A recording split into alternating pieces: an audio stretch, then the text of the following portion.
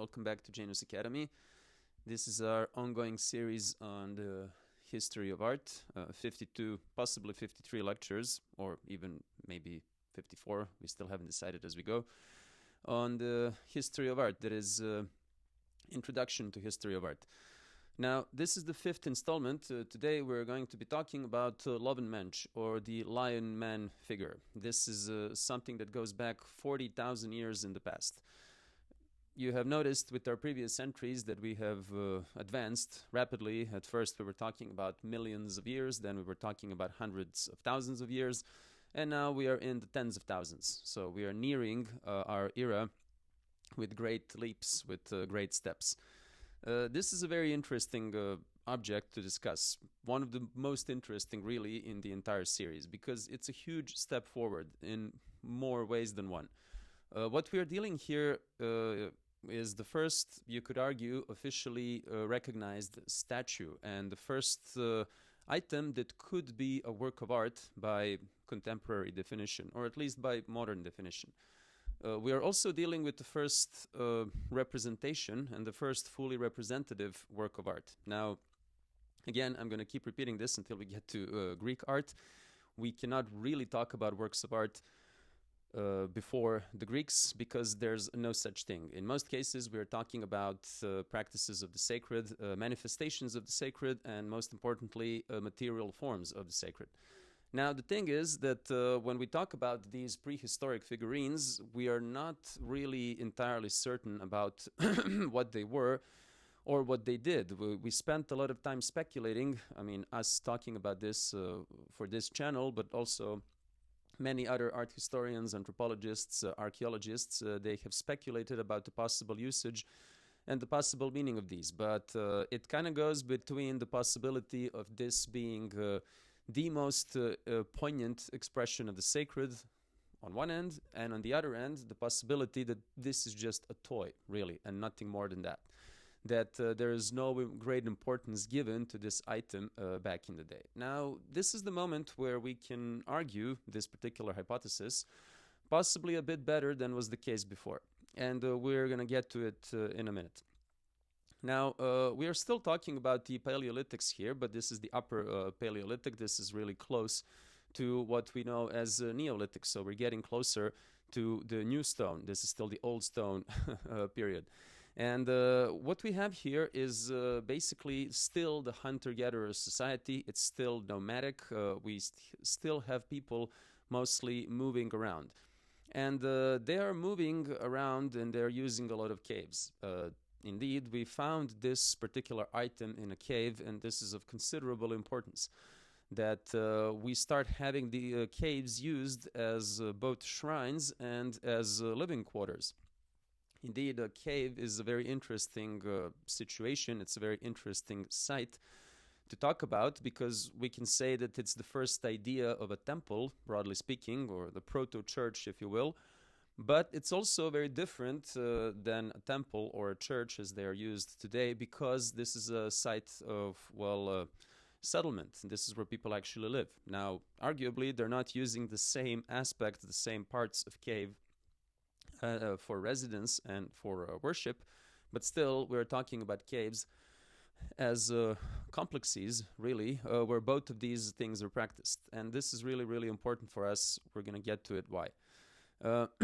We are still dealing with nomadic art, meaning that this is a very small piece of, statue art, and it's something that is more or less easily transportable. We're not dealing with monumental art quite yet.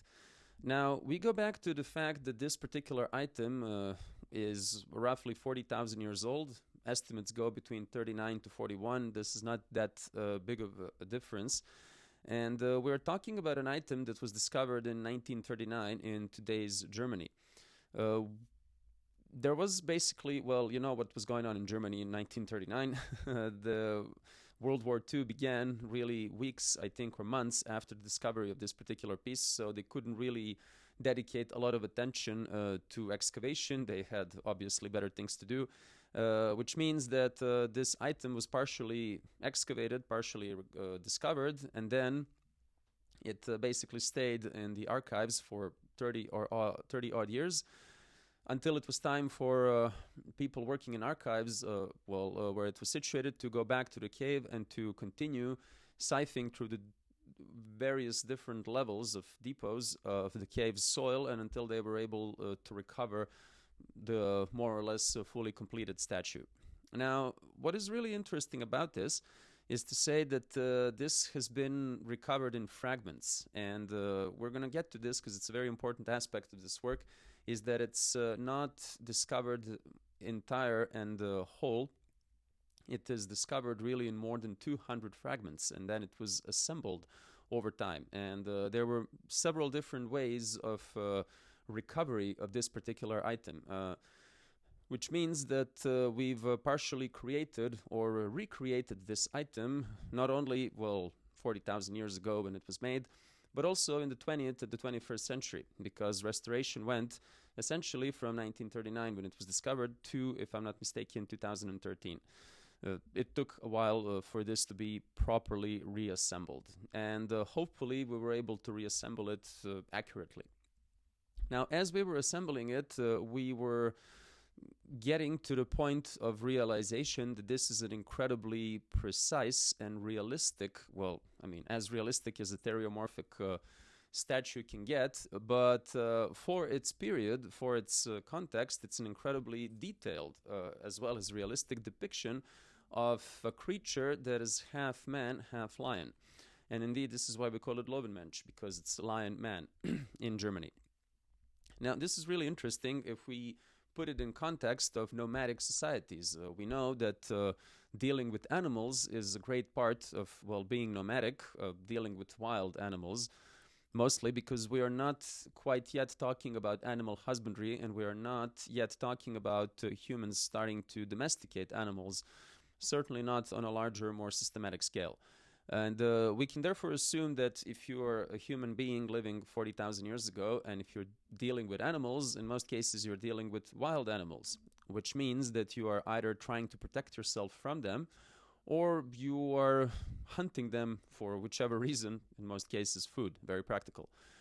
Now, since this is a lion figurine, a lion man figurine, we can assume that we weren't necessarily hunting lions. Lions are not prey animals, they're predator animals. Indeed, they're seen as the predator animals by many zoologists, or even anthropologists, really.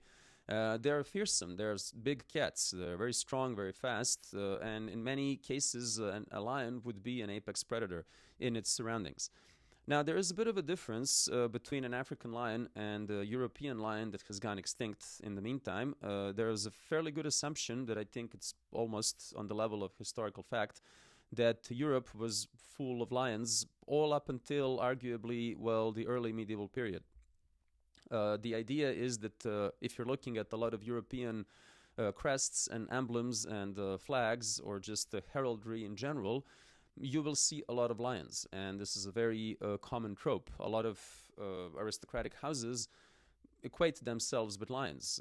Entire countries adopt lions as their emblems. Now, this is partially on account of colonialism, but it's also partially on account of lions simply having existed back in the day in Europe. There's a very importance to be made between a European lion and an African lion, especially if we're talking about the sex of this particular lion, which will become a very important thing in our conversation today, because European male lion, that is, doesn't really have a mane, and it's in that regard not quite as easy to distinct from a female lion as is the case with an African variety. African male lions have large manes, and they look different than females. European lions didn't. They were, much more similar in this regard. This is quite important for us because when we're talking about this statue, one of the great controversies, or one of the great curiosities connected to this, is our incapacity to say if this is a man or a woman. And we're going to come back to this because it's a very important aspect of this particular work. Now, for the moment, we need to kind of go back to the period that we're talking about, and we need to think about, this particular chronology when we're talking about Upper Paleolithic, And we're talking about humans that are fully developed. Now, this is something that we mentioned before, because we started this inquiry 3 million years ago. And we are getting to the point where these humans are in every conceivable way exactly the same humans as we are. So we are well into the Homo sapiens territory now. And this is really no longer a discussion. And we are actually at the very threshold of another incredibly important thing. We're going to discuss at great length in this lecture, but then in many other lectures that are to come. We're talking about the development of not only of human consciousness and of human tool usage, and therefore of what we could consider early proto-art. We're also talking about the development of what we consider to be the sacred. Again, intentionally, I'm not using the term religion for reasons that I've explained in previous courses. We are talking about the fact that for the previous 100,000 years, give or take, we can talk about shamanism possibly existing, but not really. We are talking about animism, however, that has been in existence for roughly 100,000 years. Now, when it comes to shamanism, we can say that it stretches back into the 30,000s in the past. So we can say that it goes 30,000 years in the past, possibly 35,000. This is where the line gets a bit blurry.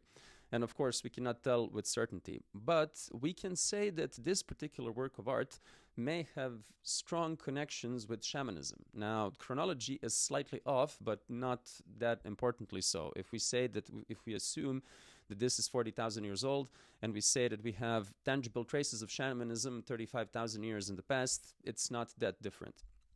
Now, this is a really important thing because it's something that is instrumental in proper understanding of this work of art. We're going to be talking about shamanism a lot when it comes to Lovenmench. So this is just something that has to do with this particular lifestyle. And when we're talking about shamanism in the Upper Paleolithic, these are, of course, the very roots of the term, the very beginnings. We are talking about hunter-gatherer communities, and we are talking about shamanistic practices that have to do with animals. Now, wild animals, because this is before animal husbandry. Now, shamanism in its entirety has to do with animals. It's an animalistic practice. It has to do with ecstatic trances, and it has to do with this very peculiar situation where a shaman is transforming themselves into a wild beast or into an animal in general. Sometimes these are domestic animals, much more often these are, well, wild animals. Now, why am I making this distinction? Well, shamanism is in existence to this day. There are shamanistic cults and practices in the world as we speak, in the contemporary world. Shamanism has been around, well, since 35,000 or more years ago, and it has survived all the sequent religions or systems of sacred. It's simply something that has morphed itself into other particular cultic practices, but for a large part of it has also remained true to its roots. I mean, we could spend hours talking about shamanism in Greek myth and the Greek notion of the sacred. We could spend a lot of time talking about influences that shamanism had on Christianity. There's a lot to be said about it.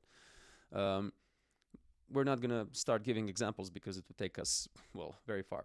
But the whole point with this is that this is an important thing. This idea that it's a shamanistic practice to have a shaman transform themselves into an animal.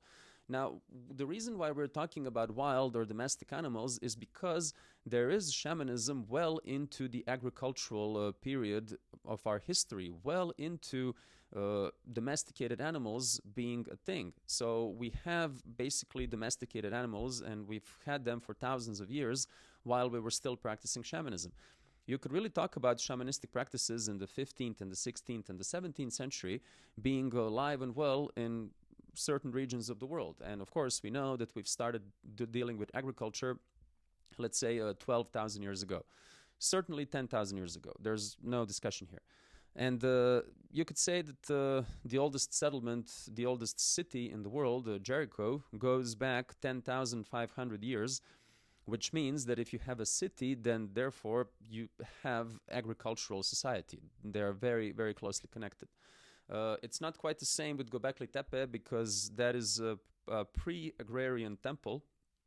a temple complex. I'm not entirely sure if we can call it a temple in this understanding of the term, but it is pre-agrarian, but then again, it's not a city. It's just not the same thing. In this particular regard, this is really important to note before we start describing this particular statue. I mean, there's going to be an image of it, obviously, so you're going to see what it looks like, but description, however, is necessary. And what we can see with our, plain eyes on the first gaze, we can see that this is a figurine either of a lion standing up, either of a creature that is stereomorphic or zoomorphic. We're going to go back to the difference between these two terms in a minute now. The idea being that this is possibly a half animal, half human entity. In this regard, this entity is supernatural. I'm not aware of actual existence of half beasts, half humans. Perhaps they have existed, I don't know. It sounds very biologically implausible by everything that we know from medicine and biology and zoology. So we can safely assume that these creatures are, fictitious, that they are supernatural and that they've never existed. Creatures like the lion man figure, creatures like the Sphinx in Egypt. You've all heard of the Sphinx in Egypt. Sphinx also with the Greeks. Famously, there's a Sphinx involved with the story of King Oedipus. There are creatures like the centaur, like the minotaur. Centaur is, as you know, half human, half horse. Minotaur is a human body with a bull's head. We have all of the Egyptian gods really being represented with human bodies and animal heads. Sphinx being the interesting opposite, that it has an animal body and a human head. The point, however, remains the same, that we have this idea of teriomorphy or zoomorphy, the connection between human and animal. Now, why is this such a big deal? Well, we are looking at certain stages of differentiation. We have started the entire inquiry talking about this, and this is kind of the line that we are taking when we're talking about prehistoric art in general, development of what we can consider art. Because we start this whole differentiation from the human face, recognized in a pebble. And then we continue with the human body, recognized, also in a pebble of the sorts, in stone. Then we continue with another human body, more sensual, again, recognized in a stone, but with certain level of action taken from the people that did the recognition. They also did some arrangement themselves. They worked on the stone. And then we get to the human face, the mask that we were previously discussing, that has both stone and animal features, that is made of stone and bone. Now, in this particular regard, this is the first item where we can purely talk of bone. We are not having any inanimate materials being used to create this. This is not made of stone. It's fully made of living matter. Bone, of course, this is made of mammoth bone. This is made of ivory. So this is an ivory tusk from a mammoth. This is basically something that is entirely a living matter. Previously, I mean, not after the mammoth has been, I assume, killed in order to recover this piece of ivory. The point is that we move away from nature as inanimate, I mean stones as such, and we move into nature as animated. We are talking about taking living materials, bones, and carving them into statues. This is a completely different thing, and it tells us of a completely different human. Because if we are making creatures that resemble us, if we are making creatures that assumably are better than we are, this is a really important point to make here, we are no longer using stone. We are no longer assuming, therefore, that stone is sacred, because we were talking about that as well. We are using living tissue, living matter, bones. And this is a very important thing, which tells us of a certain advancement. Now, I'm not sure if this is really progress, or I'm not sure if this is really advancing, slaying animals to make them into proto-works of art instead of sculpting stones. But it does tell us of a certain evolution of how we see ourselves and how we see the world around us, and how far we are able to go to act on the world around us, and what kinds of tools we're going to use to act on the world around us. And this is a really interesting thing to observe here, because the previous item that we've analyzed that took us 75,000 years in the past was an assembly from flint and bone. Flint, as you know, is used to start the fire. Immensely important symbolically on that account. Not to open the whole fire story. We've been there before. Now, this particular item is made out of ivory, but it was made using flint tools. So you see how interesting this is. Previously, we had a whole thing made of flint and bone, and here we have flint tools, so a flint axe being used to sculpt this particular piece of bone in order to create this. And I find this very interesting. Obviously, we need to be talking about animals and therefore shamanism if we are to properly understand this work of art, because the material used comes from animals, and the thing that is represented, or at least partially, comes from the animal world. I mean, arguably, humans too come from the animal world. So you could say that what is represented is entirely coming from the animal world, both lions and humans. Now, there is this idea that we're talking about humans 40,000 years ago, and this is a moment in history, I would argue, where humans are slowly becoming more predators than prey themselves. Now, you know that humans are incredibly weak as compared to many other animals. We are not really physically impressive. We are not terribly fast, we are not terribly strong, we are not terribly dexterous. Our reflexes are, well, pretty bad. Our sense of smell is terrible. Our sight is really nothing to applaud. Our hearing also really, really weak. All of the sensual aspects of human beings are very, very poorly developed.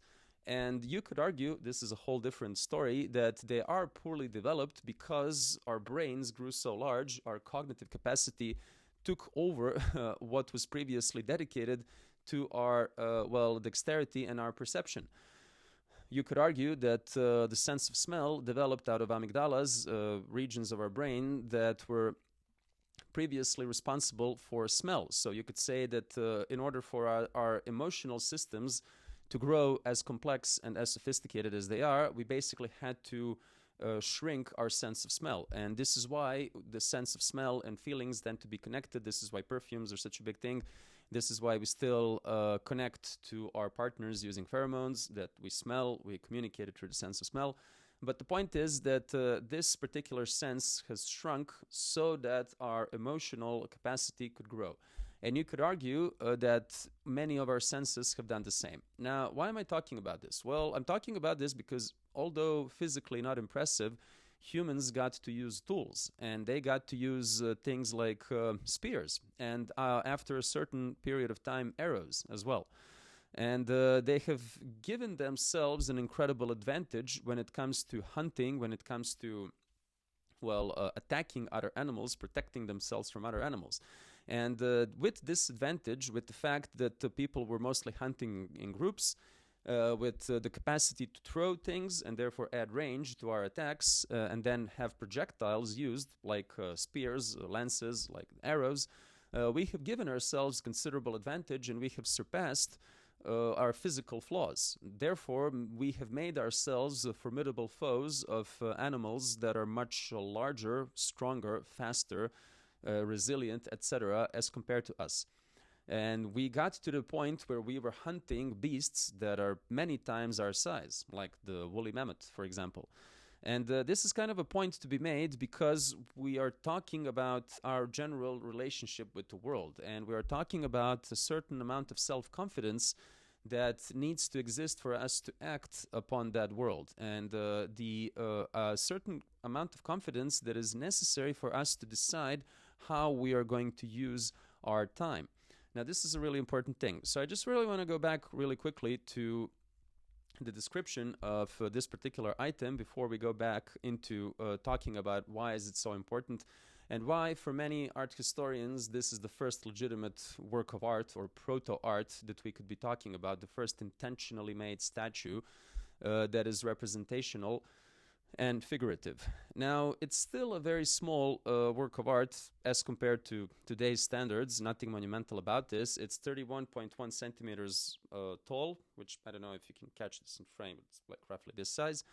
It's 5.6 centimeters wide and then 5.9 centimeters thick. So it's quite modest. Now, as modest as it is, it's still larger than the previous items that we've discussed because they were all tiny in comparison. And there is something distinctively different about this one because this one speaks of a certain amount of violence and a certain amount of aggression as being present almost by definition. First of all, we are talking about a lion figurine, lion man figurine, which means that, well, we are talking about a predator animal, two predator animals really, but let's stick with the lion part. A very fearsome, very strong, very powerful predator animal. Now, if you're talking about previous statues or statuettes that we've discussed, they were too abstract to be regarded as such. They were faces or bodies, but really not sufficiently developed for us to be able to identify them as something. But here we have a predator, a very dangerous large cat, and this is, well, very telling. It's saying that our consciousness and our veneration of certain qualities are developing in a certain direction. So this is an important thing to address. And again, especially if we're thinking about the general nomadic hunter-gatherer context that we are addressing here. Now, when we're talking about this particular work of art that is made, again, proto-art, that is made of bone, of ivory, and that is worked upon using a flint tool, we are talking about something that took a long time to be made. Now, again, this is 40,000 years in the past, and we are talking about the longevity of human life that is, well, considerably less than what we have today. Now, why am I bringing this up? Well, if you're going to live a total of, let's say, 30 years or 30 or so years, your sense of time is going to be somewhat different than someone who expects to live 80 or 90 years. Not that everyone that expects to live this long gets to live this long, but, you know, some people expect to live 40 years and they grow 100, but that's not the point. The point is that your time is more valuable if you have less of it. This is just common sense. But it would have taken a long period of time for this particular individual that sculpted this, or a group of individuals, why not? And this time was more valuable back in the day. And it was all the more valuable if we take into consideration their nomadic lifestyle. You have, I would argue, less time to think of these things if you're constantly on the move, because you are constantly moving. So you don't really necessarily have the time to sit and work on something as much as you would have in a sedentary society.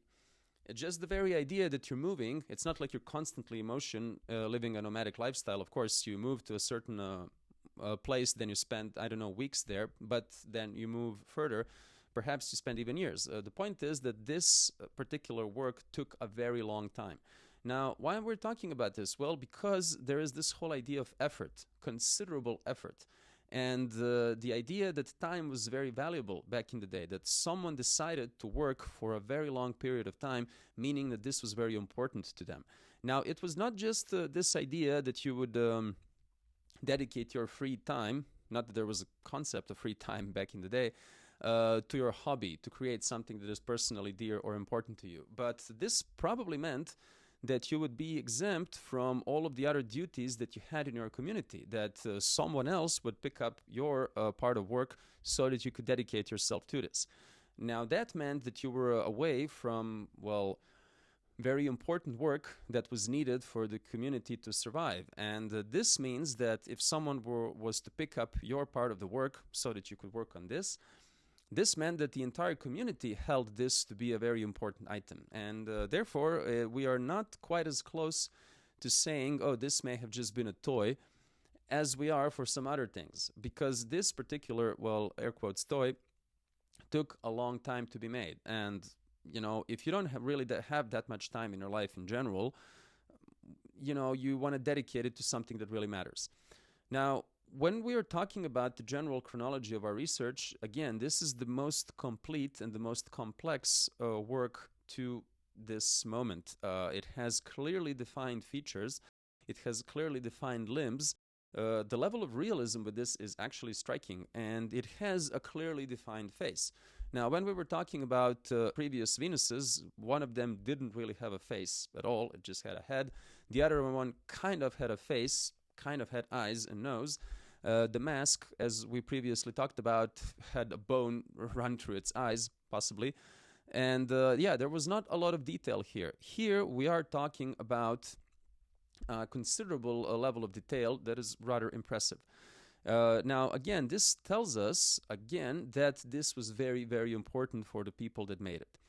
And I really want to just quickly go back to this whole idea of transition that is so important, transition and differentiation, or rather indifferentiation, when we're talking about this particular work, because we spoke previously how important differentiation was, how important for life of the community, for our understanding of the world, for our understanding of ourselves and our entire species. Well, here we have an indifferentiation by design because we have a merger of two completely different species, humans and lions.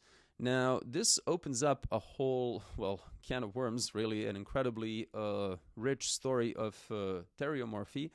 And this particular idea that theriomorphy is, for all intents and purposes, one incredibly important stage in our general development of the sacred that ultimately ends up in religion.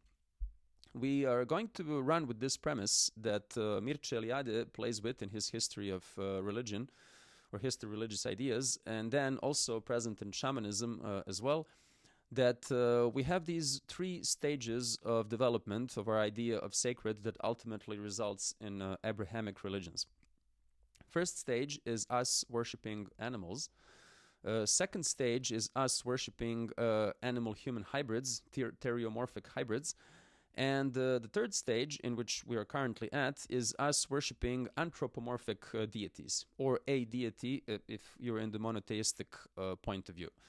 And this is basically how it goes. So animals, animal-human hybrids, humans or human-looking gods.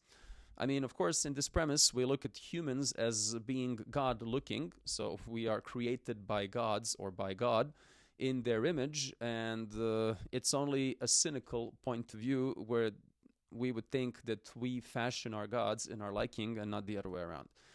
If you're a devout Christian, this is not how you feel. You feel that we were created in divine image. But it doesn't really matter, because we're just talking about an image per se. We're talking about the idea of divine representation having to do either with human liking, let's put it this way, animal human liking, or animal liking.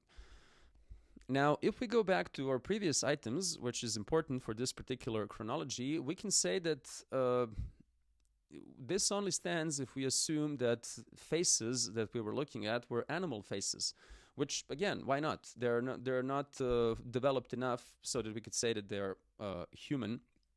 So they could be animal or human faces. They're abstract and they're general enough to be both of these. But the point is that we're talking about hybridity in this particular context. We are talking about the notion of the sacred, and we are moving further in that direction. So we're saying, okay, this was probably not just a toy. This was something that was very important. And we have mounting evidence for this, because as we previously discussed, this took a lot of time to be made in a way in which it was made. And then it basically, took a lot of time that these people didn't really have. So we assume that it was something that was really important. Again, this is the connection with shamanism, because in a shamanistic ecstatic ritual, what is communicated to us through a lot of cave drawings and some statues, and we'll be talking about this in a specific lecture that has to do with cave drawings. We see these processes happen. We see humans turning into animals. So, of course, we can assume, again, that this was a ritualistic performative imagery. I don't think anyone actually transformed into an animal. I think a lot of animal hides were used, props, stage props, if you will. But the point is that we are talking about this particular agenda, animal-human hybridity, in being firmly situated in the realm of the sacred. This has to do both with theriomorphy and therianthropy. Theriomorphy, of course, is assuming the shape of an animal, and therianthropy is basically being both an animal and human. You can see how those two words come together. And this is really important if we're talking about werewolves, for example, creatures that are, both wolf and human. And when we're talking about, a lion man here, that is obviously both a lion and a man. So this is an important thing to understand. Now, it's also important to understand that this comes from the period, as already mentioned, that is nomadic, meaning it's hunter-gatherer period. It's not sedentary and it's not agricultural. Now, why is this so important? Well, hunter-gatherer has this thing in the very beginning of the definition that it says that it has to do with hunting. Hunting is really important. Now, you will listen to a lot of archaeologists and paleoanthropologists who argue that we hunted mostly for, sacred business. We didn't really hunt for food that much. The hunt was not that practical in a sense. Over 80% of our food came from foraging, so it came from gathering. And the hunt was possibly far more dangerous than it ever needed to be for food acquisition, especially if we're talking about hunting after big animals. Now, you could argue that hunting, therefore, had a completely different point. René Girard argues that we hunt so that we could sacrifice. This is a legitimate assumption. He also argues that we domesticate so that we could sacrifice. So he would basically say that we hunt for sacred purposes, not for practical purposes. Now, when we're talking about hunting in this particular context, we hunt the animal that we want to become. This sounds not very intuitive until we think about a very common practice in many systems of the sacred, in many religions, that we tend to eat our gods, that we eat what we want to become. This is kind of a sympathetic magic, if you will, that if you are close to something, you will take its qualities. And of course, if you eat something, you will then take its qualities. Now, this is not entirely unfounded in, basic biology, that if you eat meat, you will, grow muscle, you will become stronger. I mean, many vegetarians and vegans will argue that you don't really need to eat meat to grow stronger. And I mean, not to get into all of that, but let's say that for our ancestors who were most likely not vegans, I would go on a limb to say this, they hunted because they saw these animals as strong, as awe-inspiring, as amazing, and because they wanted to take their essence. There is this habit that if you hunt down a predator animal, you address it as your uncle or as your grandfather. You see the connection with yourself and this animal. You want to become like this animal. And this really goes so far as to, let's say, if you have liver issues or if you have kidney issues, you're going to hunt down an animal and you're going to eat their liver and you're going to eat their kidneys, wanting to repair your own. So there's this connection between eating something and wanting to become that something. I think we already mentioned this elsewhere, that this is the main reason why we drank milk for so long and why we are not really adapted, we're not suited to drink milk to begin with. We are meant to do so when we are born, when we are babies, but then later lactase, the enzyme that we need to properly digest milk, disappears from our bodies. We have to kind of artificially maintain it so that we could continue to consume milk. But we've endured in consuming milk because we wanted to be more like the bull, more like the cows, but specifically the bull. So this is the whole idea that we want to become an animal, and we worship the thing that we hunt in a way. This is the running premise of Mircea Eliade, again, in his History of Religious Ideas. He goes to say that we hunt because we have this initial idea of the sacred, the very first idea of the sacred. So he says that is the great hunt in the sky. It's a cosmic truth. That hunting reveals something about the universe itself. It's a very deep mystery that we are initiated into. And therefore, that hunting an animal, defeating an animal, confronting an animal that we find awe-inspiring, propels us into this next level of existence. That can be, either practical or entirely spiritual. Now, since we're talking about this whole idea, we are talking about our relationship with animals. And I think this is a very important thing to underline, although we're going to be coming back to it when we talk about Ishtar, when we talk about the Sphinx, because we see animals from a very different point of view today in this Christian world, you might say. We see animals as being definitively lower than we are. We see them less developed, less cognitively capable, less intelligent than humans. Indeed, people argue the moral justification of slaughtering animals on an industrial scale by saying that they don't have emotional systems or thresholds of pain as developed as the humans have. This has been the argument for fish eating, I think, for, decades or possibly hundreds of years, that fish don't have feelings, they don't feel pain the same way we do. Well, they do. But that's not the point. The whole idea is that we see animals as lower than ourselves. And this is, again, a very Christian or post-Christian perspective that has nothing to do with how these people saw animals. Indeed, they saw animals as better than themselves, and they saw them as literally divine. They saw them as harbingers of divine messages and basically divinities themselves. And this is very widespread in all of the old world. Be they animals in their pure form, or be they animals in hybrid form. Now, you think about, Christianity. It's a very good example. We eat our God in Christianity, do we not? I mean, if we eat bread or if we drink wine, especially during the ritual of the Eucharist, especially during a Mass, that's literally what we're doing. We're eating the body, the flesh and blood of our Lord. So this idea of eating a God is, integrated into Christianity. Now, you can say that evangelists are equated to animals as well, 4 of them. So this idea of integrating animals into our idea of our notion of the sacred is basically carried over to our contemporary period, to where we live and to how we exist and how we act. Now, you could say that when it comes to Greek myths and how they see their new gods, their Olympian gods, that they see them as human-looking, but we also need to go back to the Greek myth and understand that all of these gods appear in animal forms too. Zeus famously appears principally as a bull and as an eagle, also as a swan, or any other animal whose shape he assumes when he needs to sexually assault someone. Dionysus appears as a bull. Athena appears as an owl, but initially she comes from a horse cult, so initially she would appear as a mare. Ares appears as a wild boar, and this is really important for the cult of Aphrodite. Aphrodite appears as a dove. And not to list all of them, you get the point. Every Greek god appears as a certain animal.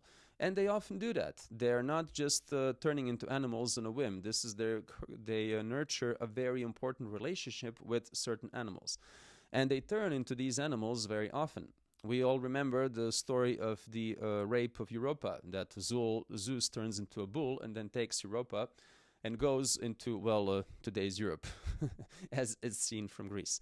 This is very important because these new Olympian gods, these solar deities, also harken back to their roots, and their roots were theriomorphic. Their roots go back to either animal-human hybridity or pure animal forms. And we can see that although when we're talking about Greek myth, this takes us much closer to our current time. So Greek myth is not 40,000 years old. It's way younger than that. But we can see that it has much deeper roots, that we can talk about animal-human hybridity 40,000 years in the past.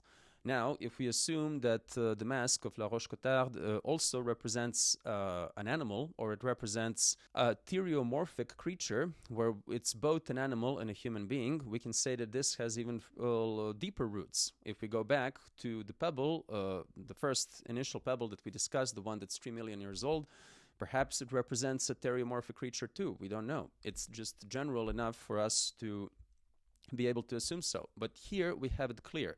This is a human lion figurine. Now, why do I say it's a human lion figurine? This is the moment where we can talk about the fact that this is not clearly a male figure. We've called it the Lovenmench to begin with, but then it became a point of controversy because we cannot really properly tell if it's a man or a woman. We go back to this whole idea of indifferentiation being really important, but also the impossibility of saying if it's one or the other. And it goes back to, again, the European lion, male lion not having a mane. So it could be easily one or the other. And you could say that many different researchers, I mean, you can Google this on your own, stand on one point and then many others stand on the other. Many of them say, no, this is definitely a man, and then the others say, no, it's most definitely a woman. But I think it's really good that we are not able to tell if it's a man or a woman. I think it's better if it's, well, indistinguishable, because it then connects to the whole notion of taboo, and it then connects to the whole idea of the sacred being indistinguishable one from another. And to me, this intentional lack of clarity is something that is great, really. Just us not being able to tell if it's one or the other thing. And this is really an important thing. Now, I also want to say that there's an important thing here that involves aesthetics of this particular piece. Now, why particularly aesthetics? Of course, we're talking about a term that is extremely anachronous if the topic of our conversation is 40,000 years ago. But this whole idea of form and function and theme and context, we are talking about the aesthetics of the sacred. And in this particular case, the aesthetics of the sacred clearly have to do with a very strong notion of indifferentiation. Now, generally speaking, if we are talking about, well, anything that involves the solar principle, anything that involves the notion of art, as the Greek have defined it, the Apollonian principle, if you will, we're talking about light, and light is differentiation, light is separation. Sex is separation, as we previously discussed. But here we have, well, a figure that is impossible to differentiate, that is both a human and an animal, and is both a male and female. The important difference between this and the previous item that we've discussed, and then other previous items, is that there we were not able to tell because it was not well made enough. I'm not saying well made in terms of it's like ugly or aesthetically not as successful, but it's just not clear enough. It's too abstract. Here, the figurine in question is not abstract at all, but still we cannot tell. And I would argue that this is done intentionally so. Now, I don't think that the gender issue or the LGBTIQ plus issue was as important 40,000 years ago as it is today. We are filming this in February 2026. But I would argue that there's a point to be made that differentiation was very important in this particular stage of human development, and that if you're creating a creature that is specifically not differentiated, you are, well, sending a message by doing so. And this is really important to address when we're looking at this creature, not only that it doesn't have a mane of an African lion, it's a European lion most likely, but also we cannot tell if it's a male or female by looking at their genitals, because they're abstracted enough in a way that they could be both. And again, certain researchers look at it and say, oh, that's most definitely a male penis. Then the others say, no, that's most definitely the female genital apparatus.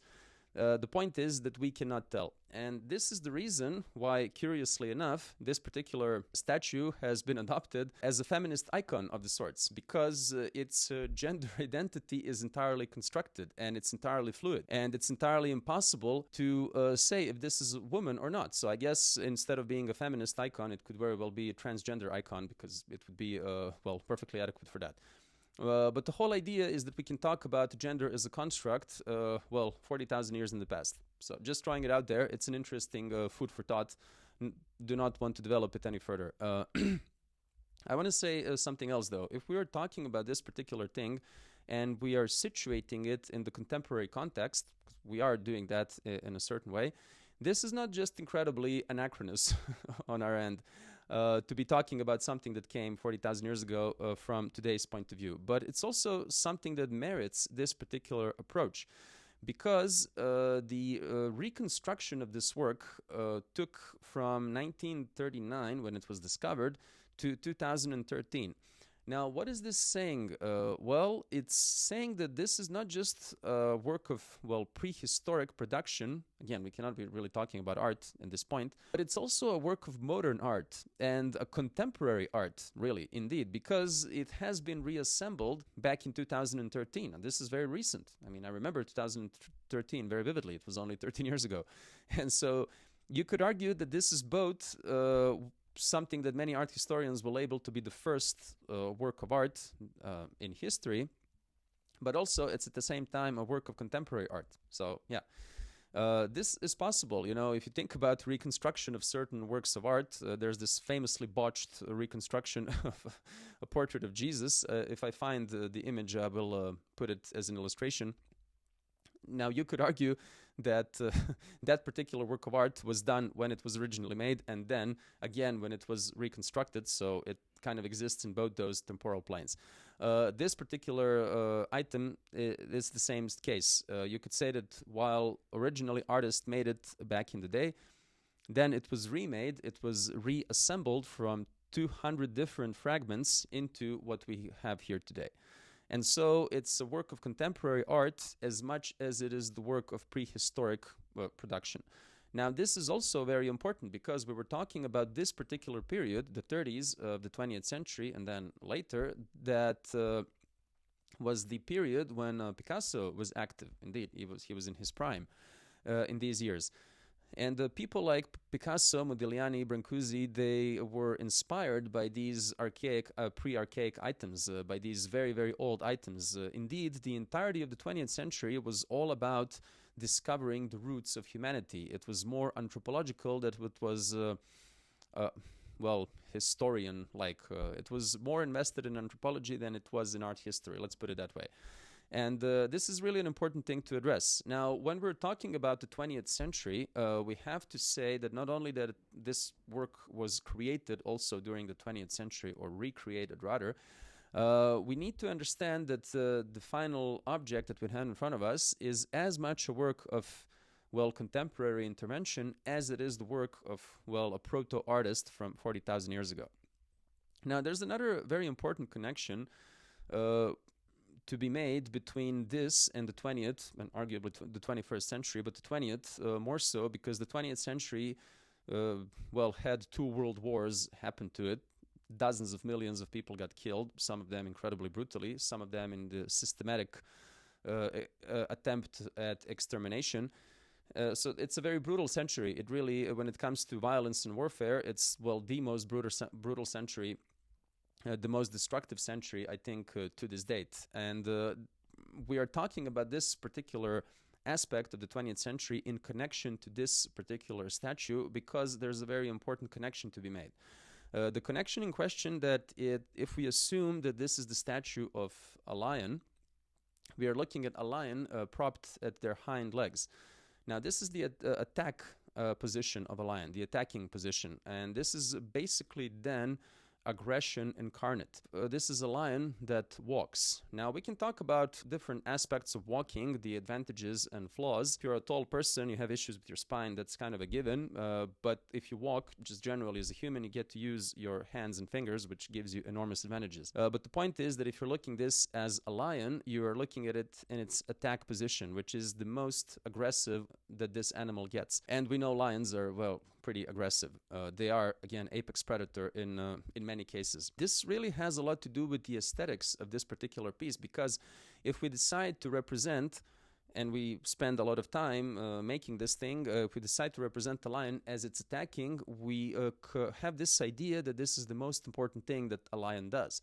And then we have the idea, again, a very, well, modern idea, but I think that extends well across different periods, that whatever we represent, whatever situation that we represent, we deem it important. So we deem this particular thing, this capacity of a lion to be aggressive, to attack, as important.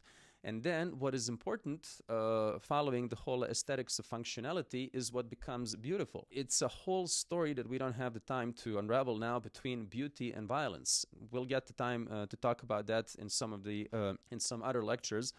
The point we're trying to make now is that if we choose to look at this as a lion propped on their hind legs, attacking at the moment when they're in their peak, violent state, then we see that as beautiful. And if we are to look at this as work of art, it has to do with beauty, just by definition. Again, as anachronous as it may be. This is another interesting thing, that when bears attack, when lions attack, well, other animals, when they attack, they prop themselves up on their hind legs. And this is just how we move around. So we are in a constant state of emergency. We're in a constant state of attack. Humans, I mean.